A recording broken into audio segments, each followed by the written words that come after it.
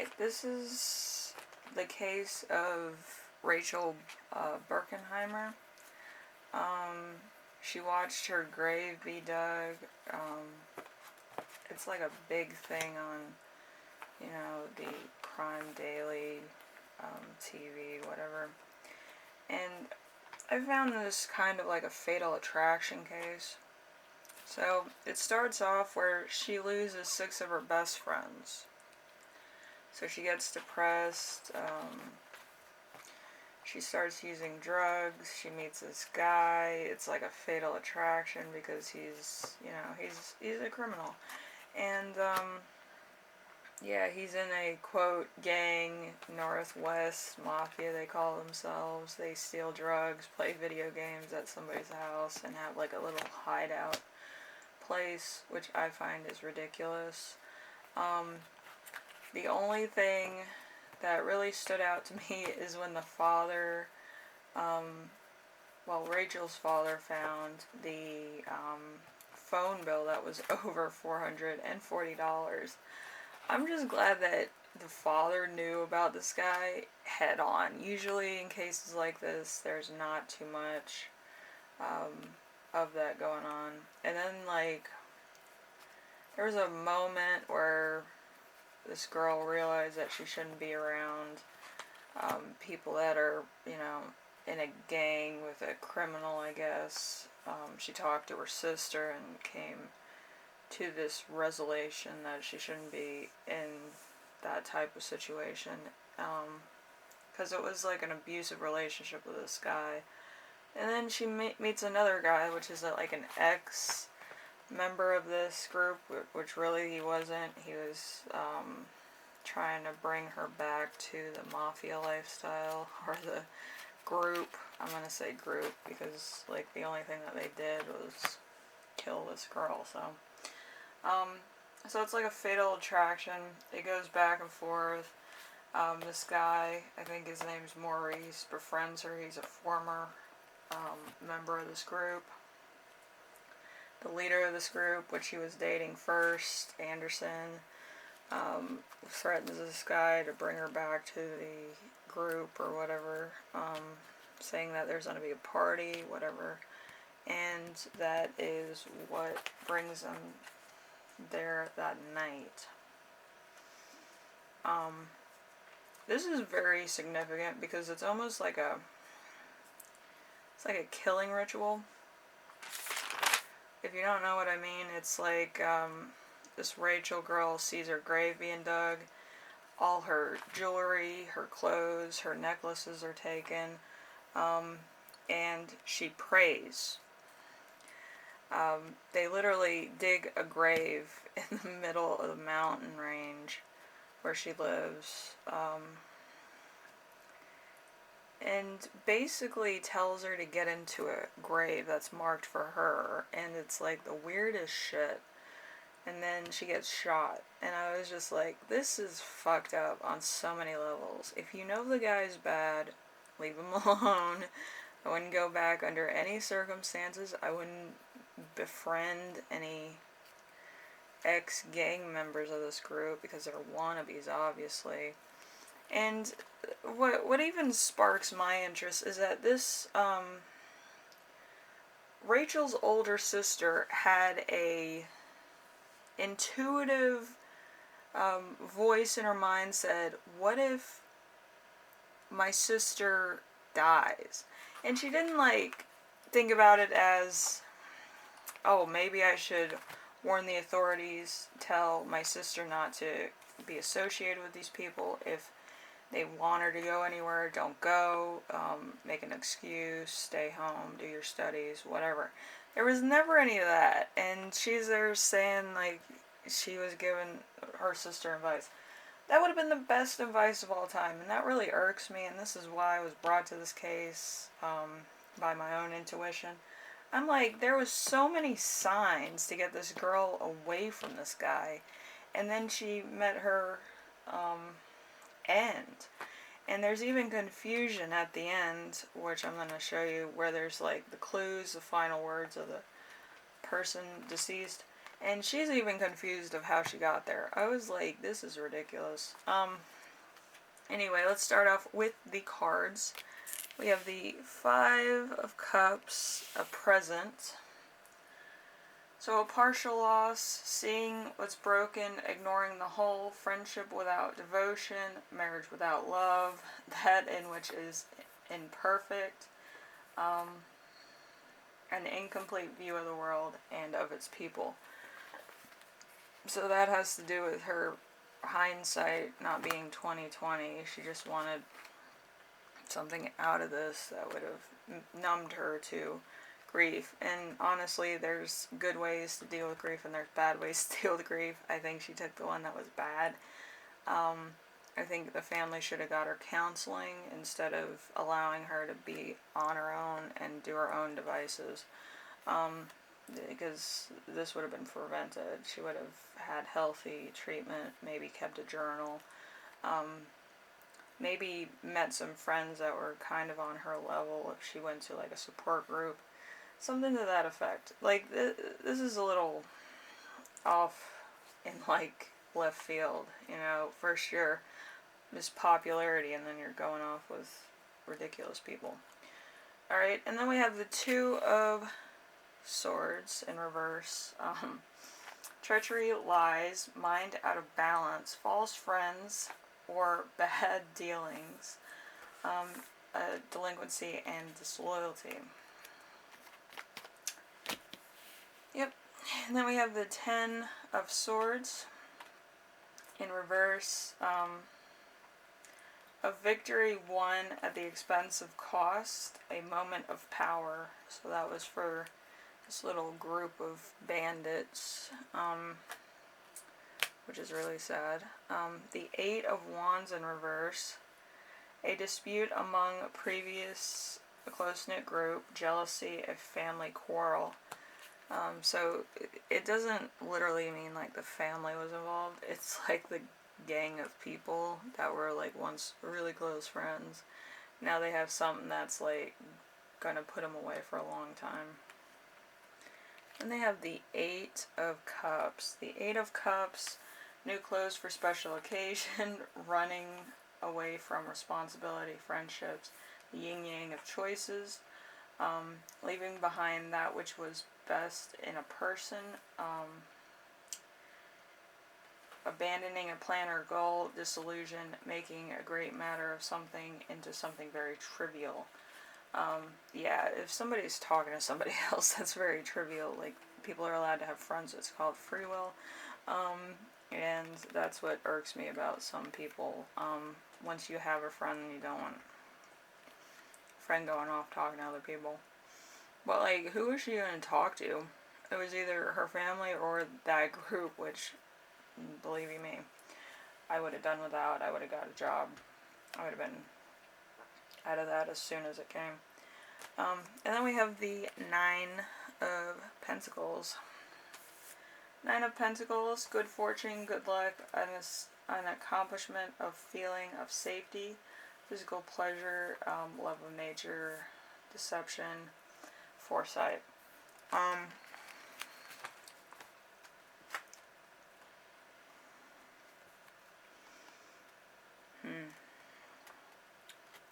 So there was a moment of clarity with all this.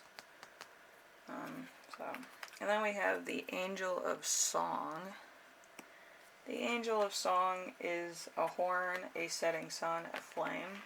Literally, she was killed on a setting sun, so that's a little dreary. Then we have the Angel of Punishment. Angel of Punishment is a spear, a staff of light, a raven. The staff of light could easily be a gun, but with this, it's more abstract. It doesn't really say gun, you know, because they're angels, but they kind of give you the 411 as far as how they see it. Or a movement of life form also. So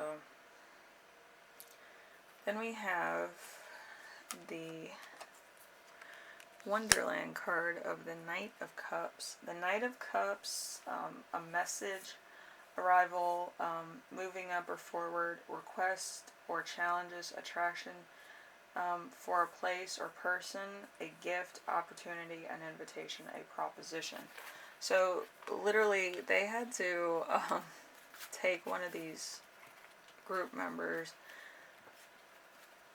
to find her body, and they had to kind of bribe him and some of the other members. But this guy was the one that actually used his car for this crime, and he bought some of the materials, I think. But yeah, you can watch that. I think I'm going to put the source stuff where I got for this case down below. You know, it's going to be a daily crime thing because I'm obsessed. But yeah, so that you can just get the basis of information. Then we have the 9 of Flamingos. The 9 of Flamingos is anxiety over a loved one, worry, a concern, a quarrel, or over major unhappiness, miscarriage, despair, suffering, sometimes death, disillusionment. I think this was all spur of the moment, if I remember correctly. I haven't done this case in a minute, so excuse me. But I think somebody discovered that Rachel was in their garage, the owner of the house, I believe. And yeah, that's actually struck the motivation to kill Rachel, which is really sad. If there was no big deal and that woman kept scissors in her garage, we wouldn't be having this case now, would we? Then we have the pagan cats with the 6 of Wands. The 6 of Wands is great triumph of victory, good news with far-reaching ramifications, expectations rewarded, hope. So, yeah. For the family, they thought that nobody in this group would speak out and say that, you know, this happened, this happened, this happened. And sure enough, a lot of the people went against certain people. Ones that planned it, ones that actually provided guidance in Rachel's ultimate end, which I thought was interesting. It was like 5 against 3 of the other members of that group, and I was like, that's really crummy. To do that to somebody. But, you know, there's no honor amongst thieves. 9 of Swords in reverse. Suspicion of a close friend. Imprisonment. Gossip, shame, tyranny, a reasonable fear. So, she probably felt fearful, or somebody did feel fearful in this case. That's why it's coming out now in the 9 of Swords. We also have the Hermit, attending to know oneself, inner strength, deception, decredited and withdraw from a fight, a infinitive of patience, caution. Sometimes card represents insecurity,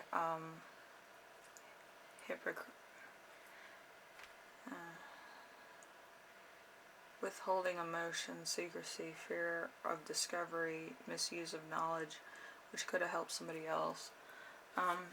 So there's somebody here with a guilty conscience for sure that they should have done more. And then we have the sleep card. Rest, calm state of mind, honest, homely woman, able to cure ills of the mind.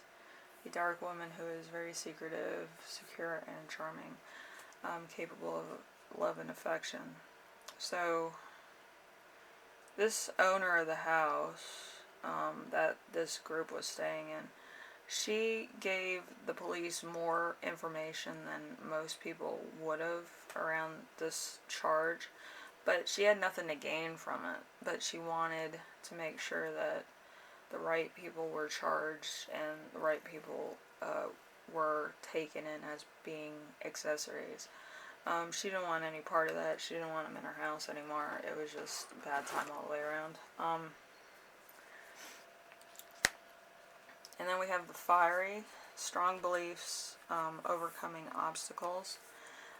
So there was, a lot of things, trying to pinpoint everybody, trying to get a look at who's where and what's what and who did what. But yeah, there was a lot of points where there wasn't a clear picture. A lot of people were denying their involvement, stuff like that. And then we have the dark, let nature take its course. So naturally, the whole case came to a desirable end as quick as it came. And then we're, at that point. I think what was interesting is that she was buried in a grave, but she was praying the whole time until the police found her on that mountain. The universe does reward people that look for spirituality when they don't have any ego-defying things, I believe. And I do think that's mentioned here in the final words and clues of the deceased. So let me read that right now.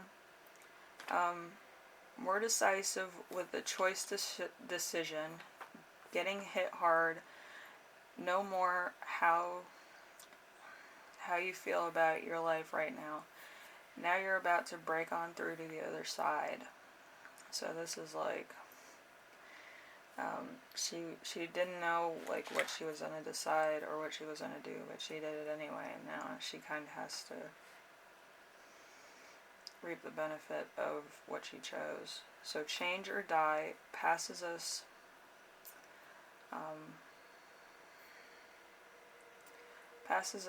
through the level of comfort, and further still, it is at those boundaries, somewhere between order and object chaos, where genius and creativity chime. Soft touch of spiritual themes, snapping us out of self-defying features, allowing universal love to pour in, even in deception and delusion. Our well-intended desire to serve without reward, sacrificing everything. That are self-identifying to search for salvation. And that's what she did. She actually looked for salvation when she knew that she was going to die. She prayed. She had no identifying things on. She literally was naked. She had no jewelry on. She had no earrings in. She had nothing. But she still searched for salvation from her God or Jesus or whatever the case. And it helped her. I mean, and it allowed prosecutors to find her through these other people that helped her out in settling the case and giving the family closure. So this was an interesting case. It pulled at me because there's a lot of people that have like fatal attractions, or they need to get away from something or grief or something, and they go searching for it thinking that they're going to find clarity or something, and they end up getting more than they bargained for. So it's a cautionary tale, but so many times young people do that, or people that go through grief or trouble in their life. They want to be popular, or they want to be self-serving at some point to make themselves feel better, like they are somebody. And I think we all go through that, but taken to extremes, you should never get a fatal attraction or go blindly into the unknown without having a little bit of, something to give you a plan B. I think that's the biggest thing. And, so many people go missing just because of, how society looks on to what they reveal about themselves or how they portray themselves. Which really, there's going to be people that like you and people that don't, but I don't think that really matters. If you like yourself, you don't really go seeking other people. If you want to stay with your family and just, you know, talk to your family about most of these things, like you don't have to go outside for too much. I mean, if you have friends and stuff, that's fine. But like, you should talk to people that are in your corner a lot more, because that's where unconditional love is, and where you're not going to be judged a lot of times. Some people don't have that family unit, and they do go looking for it elsewhere, but you do have to find a place where you know it's safe, and it's not going to be self-degrading things, or you're not going to be in a situation where it's going to prevent you from getting a job, or your reputation's destroyed because of certain people you hang out with. And I think that's a big issue with some issues that have to do with grief, or being hurt, or being betrayed by somebody. So anyway, I will see you in the next reading. I think it's going to be a celebrity one. Yay. I believe the first one is a very popular one. Not too popular, but he's pretty cool. He has 2 different colored eyes on his album. I don't know if that's contacts or natural, but we'll find out. Anyway, thank you for watching, and I will see you in the next video. Bye now.